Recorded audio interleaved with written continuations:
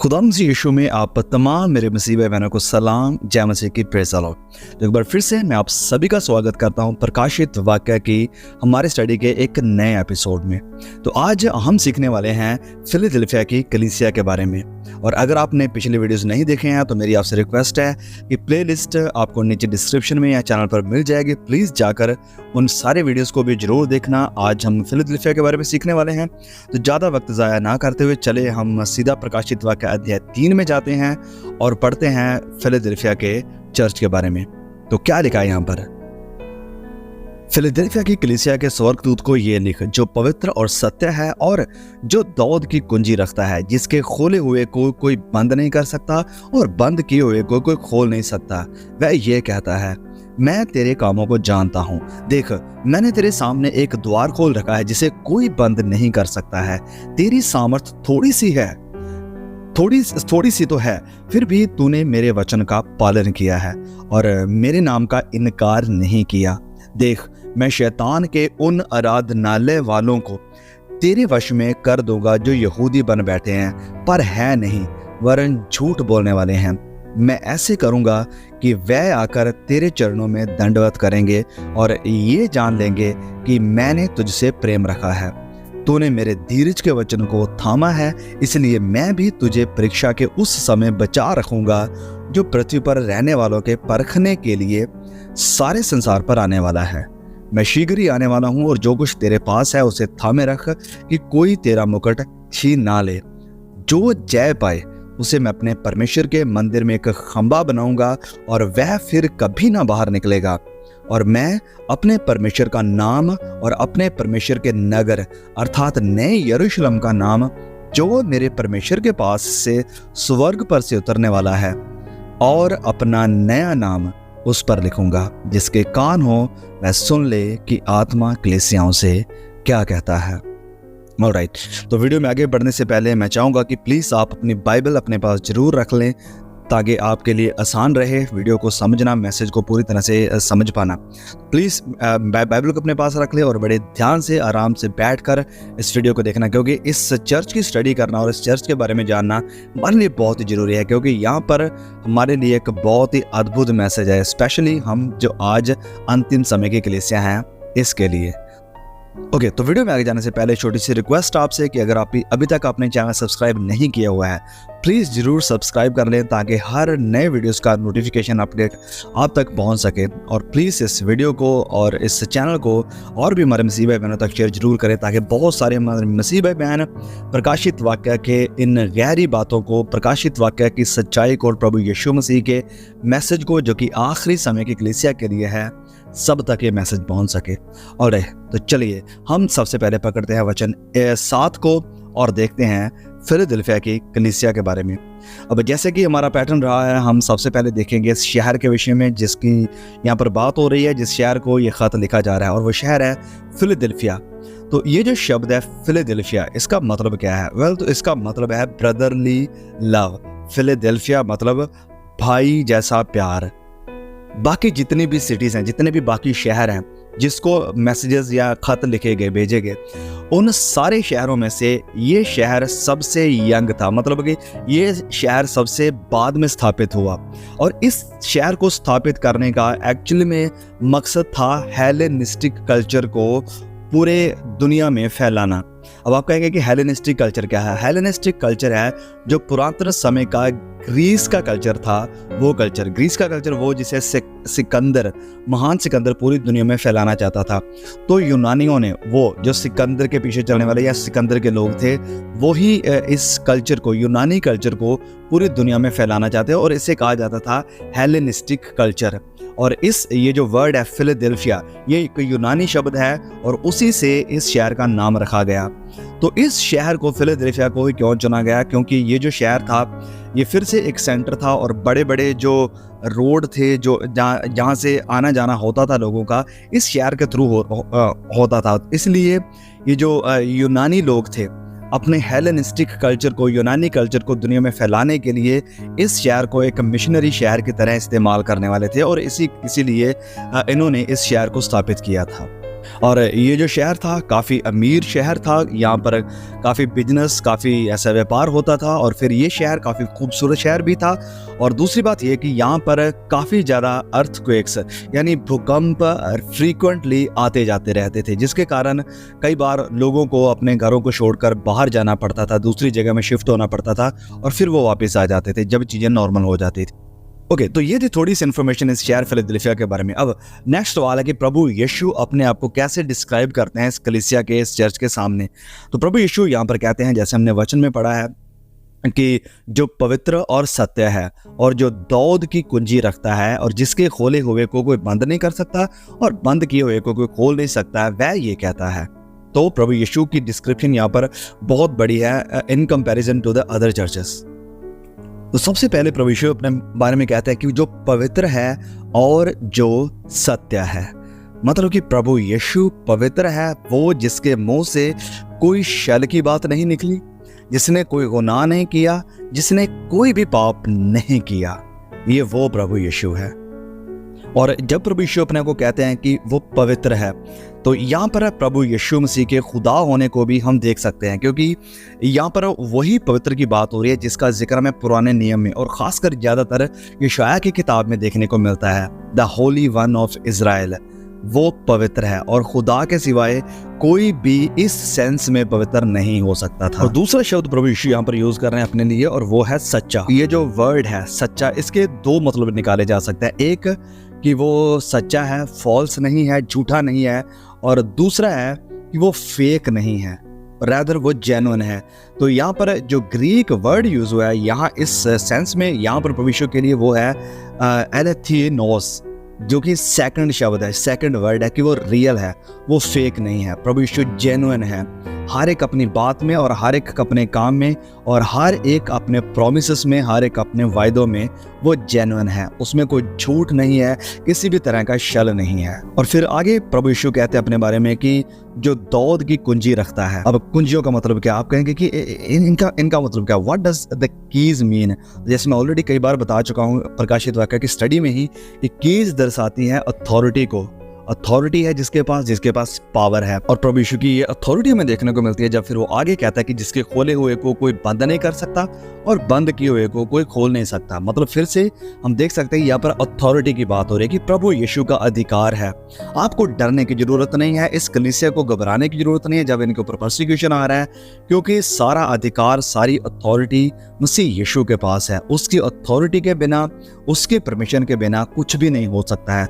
अगर उसने कुछ बंद किया है तो उसके बंद किए हुए को कोई भी खोल नहीं सकेगा, और अगर उसने कुछ खोल दिया है तो फिर कोई कितना भी जोर लगा ले, इसे कोई बंद नहीं कर पाएगा। अथॉरिटी फाइनल जो है वो किसी इंसान के हाथ में नहीं, किसी शासक के हाथों में नहीं, किसी पीएम के या किसी प्रेसिडेंट के हाथों में नहीं है। अथॉरिटी जो फाइनल है वो हमारे खुदा मसीह यीशु के हाथों में है। Yes, he rules the earth and the haven. धरती और स्वर्ग का जो शासक है, जो रियल किंग बादशाह है, वो खुदावंद मसीह यीशु है। उसकी मर्जी के बिना कोई आपको और कोई मुझे हाथ तक भी नहीं लगा सकता है। फिर आगे लिखा है वचन 8 में, मैं तेरे कामों को जानता हूँ। अब प्रभु यीशु इस कलीसिया के बारे में क्या जानते हैं। देख, मैंने तेरे सामने एक द्वार खोल रखा है जिसे कोई बंद नहीं कर सकता। तेरी सामर्थ थोड़ी सी तो है, फिर भी तूने मेरे वचन का पालन किया है और मेरे नाम का इनकार नहीं किया है। ये प्रभु यीशु जानते हैं इस कलीसिया के बारे में। तो यहाँ पर प्रभु यीशु जब जानते हैं तो ये जो वाक है, ये जो बात है प्रभु यीशु ने हर कलीसिया के बारे में कही है। अब इस कलीसिया के बारे में हम ये चीज़ देख रहे हैं कि प्रभु यीशु ने यहाँ पर इस कलीसिया को ये नहीं कहा कि फिर भी मुझे तेरे विरुद्ध ये कहना है, क्योंकि इस कलीसिया के विरुद्ध कहने के लिए प्रभु यीशु के पास कुछ भी नहीं था। यस, इस कलीसिया के विरोध में प्रभु यीशु के पास कहने के लिए कुछ भी नहीं था। तो इन 7 कलीसियाओं में से सिर्फ ये 2 कलीसियाएं थी जिनके विषय में प्रभु यीशु ने कुछ भी खिलाफत में, इनके विरोध में कुछ नहीं कहा, क्योंकि ये दोनों कलीसियाएं ठीक थी। यहाँ पर सब चीजें वैसे ही चल रही थी जैसे प्रभु यीशु चाहते थे। लेकिन ये दोनों कलीसियाएं, एक फिलाडेल्फिया और स्मिर्ना, ये दोनों कलीसियाएं वो कलीसियाएं थी जो क्लेशों को झेल रही थी, जिनके ऊपर क्लेश आ रहा था, जिनके ऊपर स्ताव आ रहा था, और स्ताव भी किनकी तरफ से आ रहा था? यहूदियों की तरफ से। आगे हम देखने वाले हैं। तो प्रभु यीशु इस कलीसिया के विरोध में कुछ भी नहीं कहते हैं। और इस बात से हमें क्या सीखने को मिलता है? इस बात से हमें ये सीखने को मिलता है, या हमारे लिए ये कलीसिया या स्मिर्ना और फिलदेल्फिया की कलीसिया एक उदाहरण है कि ऐसी कलीसिया और ऐसे चर्च के लीडर हो सकते हैं, ऐसी कलीसिया होना संभव है जो प्रभु के द्वारा, प्रभु यीशु मसीह के द्वारा देखे जाने, परखे जाने पर भी जिन्हें कोई ताड़ना नहीं मिलती है, जिनके विरोध में कुछ भी नहीं है जो प्रभु यीशु कहेंगे। यस, हम में से हर एक के लिए इस कलीसिया के जैसे बनना, फिलदेल्फिया और स्मिर्ना की कलीसिया के जैसे बनना हमारे लिए एक बहुत बड़ा चैलेंज है। और इन कलीसियाओं को देखकर हमें ये चीज दिखाई दे सकती है कि यस, ये संभव है, पॉसिबल है। ऐसा नहीं है कि हो ही नहीं सकता। देखो, 5 कलीसिया में अगर गड़बड़ है, प्रभु यीशु उनके विरोध में कुछ कह रहे हैं, तो हम ऐसे ही रहेंगे। नहीं, ये 2 कलीसियाएं हमें उम्मीद देती हैं, हमें चैलेंज करती हैं, हमें चुनौती देती हैं कि यस, प्रभु यीशु के ऐसी कलीसिया हम बन सकते हैं जिनके विरोध में प्रभु यीशु कुछ भी नहीं कहेंगे, जो कि प्रभु के प्रति वफादार है और जो उसकी आज्ञाओं को मानती और जो उसका इनकार नहीं करती है। ओके, तो फिर प्रभु यीशु इस कलीसिया को आगे क्या कहते हैं कि देख, मैंने तेरे सामने एक द्वार खोल रखा है जिसे कोई बंद नहीं कर सकता। एक तेरे सामने द्वार को खोल रखा है। अब जब भी कभी बात होती है द्वार के खोलने की, एन ओपन डोर की, तो यहाँ पर एक एवेंजलिस्टिक अपॉर्चुनिटी देखने को मिलती है। एक ऐसा अवसर जहाँ पर सुसमाचार को शेयर किया जा सकता है, सुसमाचार को फैलाया जा सकता है। 1 कुरिन्थियों 16:9 में, 2 कुरिन्थियों 2:12 में और कुलुस्सियों अध्याय 4:3 में हमें इसका जिक्र देखने को मिलता है। तो प्रभु यीशु ने इस कलीसिया को एक बहुत ही खूबसूरत मौका दिया है, एक ऐसा मौका जिसके थ्रू वो सुसमाचार को फैला सकते हैं। तो ये इतिहास में था कि ये जो फिलदेल्फिया का शहर था, जैसे मैं पहले शुरुआत में आपको बता चुका हूं कि ये एक एवेंजलिस्टिक शहर था जहां पर यूनानी कल्चर को फैलाने के लिए इस शहर को स्थापित किया गया था। अब प्रभु यीशु इस कलीसिया को कह रहे हैं कि मैंने तुम्हारे लिए एक ऐसा दरवाजा खोल दिया है, तुम्हारे पास अपॉर्चुनिटी है कि तुम परमेश्वर के राज्य के कल्चर को दुनिया में फैला दो। ओके, तो समझ रहे हैं इस बात को? तो कई बार हमारी जिंदगियों में अगर हम प्रैक्टिकली इस चीज को अप्लाई करें, हमारे सामने भी कई बार प्रभु ऐसे दरवाजे खोल देते हैं जहां पर हमारे पास अपॉर्चुनिटी होती है, हमारे पास मौका होता है कि हम जाकर लोगों को सुसमाचार बता सके, लोगों के साथ बात कर सके, प्रभु यीशु मसीह के सुसमाचार को लोगों के साथ शेयर कर सके। हमारे सामने भी कई बार प्रभु ऐसे दरवाजे खोल देता है, लेकिन कई बार हम उस आवाज को दबा देते हैं और कई बार कुछ लोग होते हैं जो कि खुलकर उस अपॉर्चुनिटी का इस्तेमाल करते हैं। एक बार एक इंसान चार्ल्स स्पर्जन के पास आया और उसे आकर कहने लगा कि मैं कैसे लोगों को मसीह यीशु के लिए जीत सकता हूं, कैसे उनके साथ सुसमाचार शेयर करूं। और चार्ल्स स्पर्जन ने उस इंसान से कहा कि तुम कौन हो और तुम करते क्या हो? और उस इंसान ने जवाब दिया कि मैं एक ट्रेन का इंजन ड्राइवर हूं। तो चार्ल्स स्पर्जन ने उससे कहा कि जो आपके उस ट्रेन में जो कोयला होता है, उस वक्त कोयले के साथ ट्रेनें चलती थी, जो कोयला होता है उसे जो ट्रेन में डालता है, क्या वो इंसान क्रिश्चियन है? तो ये इंसान कहने लगा कि वेल, मुझे नहीं पता है। तो चार्ल्स स्पर्जन ने फिर इसे कहा कि जाओ और फाइंड आउट करो और उसी से शुरू करो प्रभु यीशु के बारे में शेयर करना। तो प्रभु यीशु इस कलीसिया से कहता है कि तेरे लिए भी मैंने ऐसे दरवाजे खोल दिए हैं कि तेरे पास मौका है कि तू प्रभु यीशु मसीह के सुसमाचार को, परमेश्वर के जो राज्य है उसके कल्चर को फैला दे लोगों के बीच में, पूरी दुनिया के बीच में। और यही मैसेज आज मेरे और आपके लिए है कि अगर आपके सामने प्रभु ने ऐसे दरवाजे खोल रखे हैं जहां आपके पास मौका है प्रभु यीशु मसीह के सुसमाचार को फैलाने का और परमेश्वर के किंगडम के कल्चर को दुनिया में फैलाने का, तो आइए मेरे प्रियो, ऐसा ना हो कि दुनिया का कल्चर हमें प्रभावित करे, कि हम दुनिया के कल्चर के जैसे बनते जाएं, वरन जो परमेश्वर के राज्य का कल्चर है, आइए हम उसे इस दुनिया में फैलाने वाले और एक अलग पहचान वाले मसीह बने, जिसकी बात हम आगे करने वाले हैं। ओके, जिसे कोई बंद नहीं कर सकता, ऐसा दरवाजा खोल रखा है जिसे कोई भी बंद नहीं कर सकता। मतलब कि ये स्वाभाविक था, ऐसा होना था कि शैतान उनके इस मौके को रोकने की कोशिश करेगा, क्योंकि वो मसीह यीशु के गवाह बनने के लिए, उसके किंगडम के गवाह बनने के लिए खड़े हुए हैं और मसीह यीशु के किंगडम को फैला रहे हैं। तो शैतान जरूर है कि उनका विरोध करेगा ही करेगा, लेकिन प्रभु यीशु इस कलीसिया को एश्योरेंस दे रहे हैं कि अधोलोक के फाटक भी इस कलीसिया के ऊपर प्रबल या जयवंत नहीं हो सकेंगे, क्योंकि ये कलीसिया एक ऐसी जयवंत कलीसिया थी, ऐसी वफादार कलीसिया थी कि जिससे खुद शैतान भी डरता था। शैतान इनसे क्यों डरता था? इन दो बातों के कारण जो हमें आगे देखने को मिलती है कि तूने मेरे वचन का पालन किया है और मेरे नाम का इनकार नहीं किया है। इस कारण शैतान इनसे डरता था, क्योंकि वो प्रभु यीशु के वचनों को, जैसे प्रभु यीशु ने उनसे बातें करी थी, जैसे जैसे वचन इन्हें मिले थे, इन वचनों के साथ वो बने रहे। इन्होंने पालन किया प्रभु यीशु मसीह के हर एक वचन का। यस, और दूसरी बात है कि इन्होंने प्रभु यीशु के नाम का कहीं भी कभी भी इनकार नहीं किया, और शैतान को ये चीज बिल्कुल भी पसंद नहीं थी। और प्रभु यीशु इस कलीसिया को कह रहे हैं कि ये जो मैंने दरवाजे तेरे लिए खोले हैं, इन्हें कोई बंद नहीं कर सकता है। शैतान भी अपना जोर लगाएगा तुम्हें रोकने के लिए, लेकिन वो भी तुम्हें रोक नहीं सकेगा। अब एक बहुत ही जरूरी चीज जिसे मैं नहीं चाहता हूं कि हम मिस करें, मैं उसे ऐड करना चाहूंगा। जब प्रभु यीशु यहां पर कहते हैं कि मैंने तेरे सामने दरवाजा खोल रखा है, मैंने, तो प्रभु यीशु हैं जो सारी महिमा के योग्य हैं। वही हैं हमें सारी अपॉर्चुनिटी देने वाले, वही हैं हमारे थ्रू अपने किंगडम को फैलाने वाले और लोगों तक सुसमाचार पहुंचाने वाले। हमारे धन दौलत के कारण नहीं, हमारे प्रभाव के कारण नहीं कि हम बड़े इन्फ्लुएंशियल हैं, हमारी अच्छी स्कीमों के द्वारा नहीं कि हम बड़े लोगों की मदद कर रहे हैं, इसके द्वारा परमेश्वर का किंगडम फैल रहा है, और ना ही हमारी स्पीच के द्वारा कि हम बहुत अच्छा बोल सकते हैं, इसके कारण नहीं, हमारी अच्छी म्यूजिकल टीम के द्वारा नहीं कि हमारे पास एक बढ़िया वर्शिप टीम है, इसके द्वारा हमारी मिनिस्ट्री इफेक्टिव है। नहीं नहीं नहीं नहीं, प्रभु यीशु कहता है कि मैंने दरवाजे खोल रखे हैं।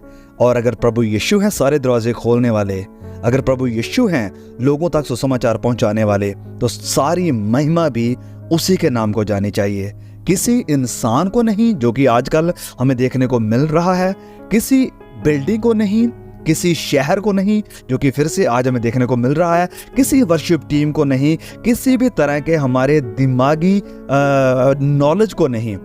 सारी महिमा मिलनी चाहिए प्रभु यीशु को, कि वही है इस्तेमाल करने वाला, वही है लोगों के दिलों को खोलने वाला, वही है सुसमाचार लोगों तक पहुंचाने वाला, और उसके लिए वो हमें इस्तेमाल कर रहा है। इससे बड़ी हमारे लिए अपॉर्चुनिटी क्या हो सकती है? वो सारी महिमा सिर्फ और सिर्फ खुदावंद मसीह यीशु को जानी चाहिए, क्योंकि वही इस योग्य है। फिर आगे देखा कि तेरी सामर्थ थोड़ी सी तो है, फिर भी तूने मेरे वचन का पालन किया है और मेरे नाम का इनकार नहीं किया। तेरी सामर्थ थोड़ी सी तो है। अब दुनियावी नजरिया से अगर इस कलीसिया को देखा जाए तो ये कलीसिया बड़ी कमजोर दिखाई पड़ती थी। किसकी सामर्थ थोड़ी है, ये क्या करेंगे? लेकिन फिर भी प्रभु यीशु इस कलीसिया को अप्रिशिएट कर रहे हैं। यस, आत्मिक नजरिया से प्रभु यीशु इस कलीसिया को देख रहे हैं। और किस चीज की प्रभु यीशु इन्हें एप्रिसिएशन किस चीज के लिए दे रहे हैं? कि इस कलीसिया ने वचन का पालन किया है और प्रभु यीशु के नाम का इनकार नहीं किया। ना कष्ट के बीच में, ना कलेशों के बीच में, ना गरीबी में, ना किसी तरह के कलेश में, स्ताव में, परसिक्यूशन में इन्होंने मसीह यीशु के नाम का इनकार नहीं किया है। वरन हर एक बात में, हर एक काम में, हर एक चीज में इन्होंने परमेश्वर के वचन को पूरी तरह से पालन किया है। और यही दो चीजें हैं जो हमारी आज की कलीसियाओं की, जो आज के चर्चेस की सबसे बड़ी जरूरतें हैं और सबसे बड़ी प्रायोरिटी होनी चाहिए। यही दो चीजें, परमेश्वर के वचन का पालन करना, कि वचन क्या कहता है, वचन क्या कहता है मुझे कैसे मिनिस्ट्री करनी चाहिए, वचन क्या कहता है मेरे चर्च का मॉडल क्या होना चाहिए। हर चीज में वचन को आगे रखना। ओके, मुझे विजन मिला है, मुझे इस प्रॉफिट ने कहा है, मुझे उसने कहा है कि तू ऐसा कर दे, तो नहीं, वो सब चीजें साइड कर दो। वचन देखो कि वचन क्या कहता है करने के लिए। इसी चीज का सबसे बड़ी जरूरत है, क्योंकि आज हमारे चर्चेस भी वचनों से फिर गए हैं। हम ये नहीं देखते कि वचन का, बाइबल का मॉडल क्या है कलीसिया को लीड करने का। हम आसपास में चर्चेस को देखते हैं, बड़ी बड़ी मिनिस्ट्री की तरफ देखते हैं और कहते हैं क्योंकि मेरा भी चर्च ऐसा होने चाहिए, मेरे भी चर्चेस में ऐसी ऐसी सारी चीज़ें होनी चाहिए, मुझे भी इस तरह से प्रचार करना चाहिए। अरे बाइबल को देखो, वचन को देखो, वचन का पालन करो, ये सबसे ज़्यादा जरूरी है। और इस चीज़ के लिए प्रभु यीशु इस कलीसिया को अप्रिशिएट कर रहे हैं, जो कि देखने में इतनी बड़ी मिनिस्ट्री नहीं थी, देखने में इतना बड़ा इनका नाम नहीं था। वचन में ऑलरेडी हमने पढ़ा है कि इनकी सामर्थ्य वचन में लिखा है कि थोड़ी है, ये थोड़े कमज़ोर लग रहे हैं, इतने बड़े नहीं है, बड़ा इनका नाम नहीं है, लेकिन फिर भी प्रभु यीशु इस कलीसिया को अप्रिशिएट कर रहे हैं क्योंकि ये वचनों का पालन कर रहे हैं। ये मायने नहीं रखता कि आप कितना बड़ा काम कर लो मसीह यीशु के लिए। मैं फिर से उन्हीं चीज़ों को घुमा फिरा के ये सारी बातें आ जाती हैं, क्योंकि यहीं पर सारी कहानी खत्म होती है आकर। मायने नहीं रखता कि आप प्रभु यीशु के लिए क्या कर रहे हो, कितना कर रहे हो, कितना जोर लगा रहे हो, लेकिन अगर आप वचन का पालन नहीं कर रहे हैं तो आपका सारा का सारा किया धारा प्रभु की मर्जी के अनुसार नहीं है। अगर वो प्रभु की मर्जी के अनुसार नहीं है तो प्रभु इसे कबूल भी नहीं करेंगे, फिर चाहे आप कुछ भी कर लो। And the example of this is clearly seen in the book of Samuel. जब हम शॉल के बारे में पढ़ते हैं, उसने प्रभु के लिए बड़ा कुछ करने की बात करी, लेकिन वो प्रभु के वचन की पालन नहीं कर रहा था। और यही बात प्रभु यीशु यहाँ पर इस कलीसिया को देखते हुए अप्रिशिएट कर रहे हैं कि तूने मेरे वचन का सबसे पहली बात की पालन किया है, और दूसरी बात है कि मेरे नाम का इनकार नहीं किया, मेरे नाम का कहीं भी इनकार नहीं किया। जब कभी तुझे मौका मिला मेरे नाम का इनकार करने के लिए, जब तेरे ऊपर बड़ी परीक्षा आई, जब तेरे ऊपर टेम्पटेशंस आई, जब तेरे ऊपर स्ताव आया, तो तूने मुझे नहीं छोड़ा, तूने मेरे नाम का इनकार नहीं किया। फिर यहाँ पर हमारे लिए क्या है सीखने के लिए? जब हमारे ऊपर परसिक्यूशन आता है, यस, उस वक्त हमें खड़े रहना है, लेकिन जहाँ कहीं हमें मौका मिलता है कि हम प्रभु यीशु के लिए खड़े, उसके नाम का इनकार ना करें, क्या हम वहाँ पर खड़े रहते हैं? कोई परीक्षा हमारे सामने आ जाती है, कोई टेम्पटेशन हमारे सामने आ जाती है, कोई प्रलोभन ऐसा आ जाता है कि जहाँ पर हमें ऐसा सामने दिखाई पड़ता है कि चलो प्रभु यीशु को छोड़ो, थोड़ी देर के लिए गुनाह कर दो, ये कर लो, इधर चले जाओ, तो हम क्या करते हैं? वहाँ प्रभु यीशु मसीह के नाम का इनकार कर देते हैं। लेकिन हमें एज ए कलीसिया ऐसा बनने की जरूरत है जो प्रभु यीशु के वचन के प्रति आज्ञाकारी है, जो वचन का आज्ञा पालन करता है, और जो मसीह यीशु के नाम का कभी भी इनकार नहीं करता है। परीक्षा चाहे कितनी भी बड़ी हो, स्ताव चाहे कितना भी हो, लेकिन उस स्ताव के बीच में भी परीक्षा को डांटते हुए, परीक्षा के ऊपर जय पाते हुए प्रभु यीशु के नाम का इनकार नहीं करेगा। और जब आप ऐसे चलते हैं, जब आप वचनों का आज्ञा पालन करते हैं और यीशु के नाम का इनकार नहीं करते हैं, तो यस, ऑब्वियसली, जैसे मैं पहले भी कह चुका हूं कि शैतान आपके पीछे आएगा, फिर वो आपका विरोध करेगा, बड़े जोरों के साथ वो आपका विरोध करेगा, क्योंकि आप उसके किंगडम के खिलाफ और परमेश्वर के किंगडम के कल्चर को फैलाने वाले बन चुके हैं। तो वो आपका विरोध करेगा। और इस कलीसिया के साथ भी ऐसा ही हुआ, इस कलीसिया के साथ भी ऐसा ही हुआ। इन्हें विरोध का सामना करना पड़ा, और विरोध इनका किसने किया? शैतान के आराधनालय वालों ने, यानी वो लोगों ने जो अपने आप में यहूदी बन बैठे थे, उन्होंने इस कलीसिया का विरोध किया, इन लोगों का विरोध किया। शैतान इनसे डरता था क्योंकि ये वचनों का आज्ञा पालन करते थे, क्योंकि ये यीशु के नाम का कभी भी कहीं भी इनकार नहीं करते थे। तो आइए मेरे प्रिय भाइयों बहनों, हमें बड़ी बड़ी मिनिस्ट्रीज की जरूरत नहीं है शैतान को डराने के लिए। नहीं, शैतान बड़ी बड़ी मिनिस्ट्री को भी अपनी महिमा के लिए यूज कर रहा है, अपने नाम के लिए लोगों को गुमराह करने के लिए यूज कर रहा है। जब तक लोगों के अंदर परमेश्वर का भय नहीं है, जब तक उनकी जिंदगियों में वचनों की आज्ञाकारी नहीं है, तो शैतान को कोई डर नहीं है कि आप उसके खिलाफ क्या कर रहे हो। नहीं, लेकिन जब आपकी जिंदगी में वचनों की आज्ञाकारी है, जब आप वचनों का आज्ञा पालन करते हैं और मसीह यीशु के नाम के लिए हर वक्त, हर पल, हर जगह खड़े होने के लिए तैयार हैं, तो शैतान आपसे डरेगा। मैं फिर से कह रहा हूं कि अगर आप वचनों का आज्ञा पालन करते हैं और मसीह यीशु के नाम का कभी इनकार नहीं करते हैं, शैतान आपसे डरेगा।